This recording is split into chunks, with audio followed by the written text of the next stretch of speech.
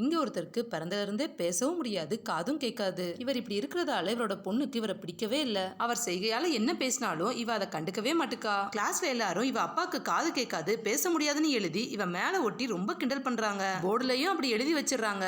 இவ ரொம்ப ஃபீல் பண்ணி அழுதுகிட்டே அவங்ககிட்ட சண்டை போடுறா. இவளை இப்படி கிண்டல் பண்றதால இவளுக்கு அப்பாவை பிடிக்கவே இல்ல. எப்பவுமே அவரை வெறுப்பாதான் பாக்குறா. எனக்கு மட்டும் ஏன் இப்படி ஒரு அப்பா கிடைக்கணும், இப்படி ஒரு அப்பாவே வேணாம்னு கோபப்பட்டு கத்துறா. நைட்டு ஃப்ரெண்டு கூட பேசிட்டு லேட்டா வரும்போது இவர் செய்கையால எங்க போனன்னு திட்டுறாரு. இவர் இப்படி செய்கையால பேசுறத பார்த்து ஃப்ரெண்டும் வினோதமா அவளை பார்த்துட்டு அங்க இருந்து போயிடுறா. இவ்வளோ அப்பா கிட்ட என்னைய ஏன் இப்படி அசிங்கப்படுத்துறீங்கன்னு திட்டிட்டு அழுதுட்டே போறா. அப்புறம் ஸ்கூலுக்கு போகாம எப்பவுமே இதை நினைச்சு நினைச்சு அழுதுகிட்டே இருக்கா. ஒரு நாள் அவ பிறந்த நாளுக்கு அப்பா கேக் வாங்கிட்டு வராரு. அவ ரொம்ப நேரமா கீழே வரலன்னு இவர் அவளோட ரூமுக்கு போய் பார்த்தா அங்க அவ கையை கட் பண்ணி சாவர நிலைமையில இருக்கா. இவர் வேமா அவளை ஹாஸ்பிட்டலுக்கு தூக்கிட்டு ஓடுறாரு. அங்க டாக்டர் கிட்ட என்கிட்ட இருக்கிற வீடு பணம் எல்லாத்தையுமே கொடுத்துறேன், எப்படியாச்சும் என் பொண்ணை காப்பாத்துங்கன்னு அழுதுகிட்டே சொல்றாரு. அவளுக்கு நிறைய ரத்தம் போனதால ரத்தம் தேவைப்படுதுன்னு சொல்ல இவரோ என் ரத்தத்தை எடுத்துக்கங்க, எனக்கு என் பொண்ணு வேணும்னு சொல்றாரு. இதெல்லாம் சாகர நிலைமையில இருந்து அவரோட பொண்ணு கேட்டுக்கிட்டு அவர் பண்ணதெல்லாம் நினைச்சு பாக்குறா. எப்பவுமே இவ மேல ரொம்ப கேரிங்கா தான் பேசியிருப்பாரு. இவளுக்கு கேக் வாங்கிட்டு வந்தப்ப கூட இவ கிட்ட பேசுறதுக்காக பேப்பர்ல எழுதி வச்சு ரிஹர்சல் பார்த்திருப்பாரு. அதுல அவரு நான் பிறக்கும் போதே இப்படி காது கேட்காத பேச முடியாத ஆள பிறந்துட்டேன், அதுக்காக என்ன மன்னிச்சிரு.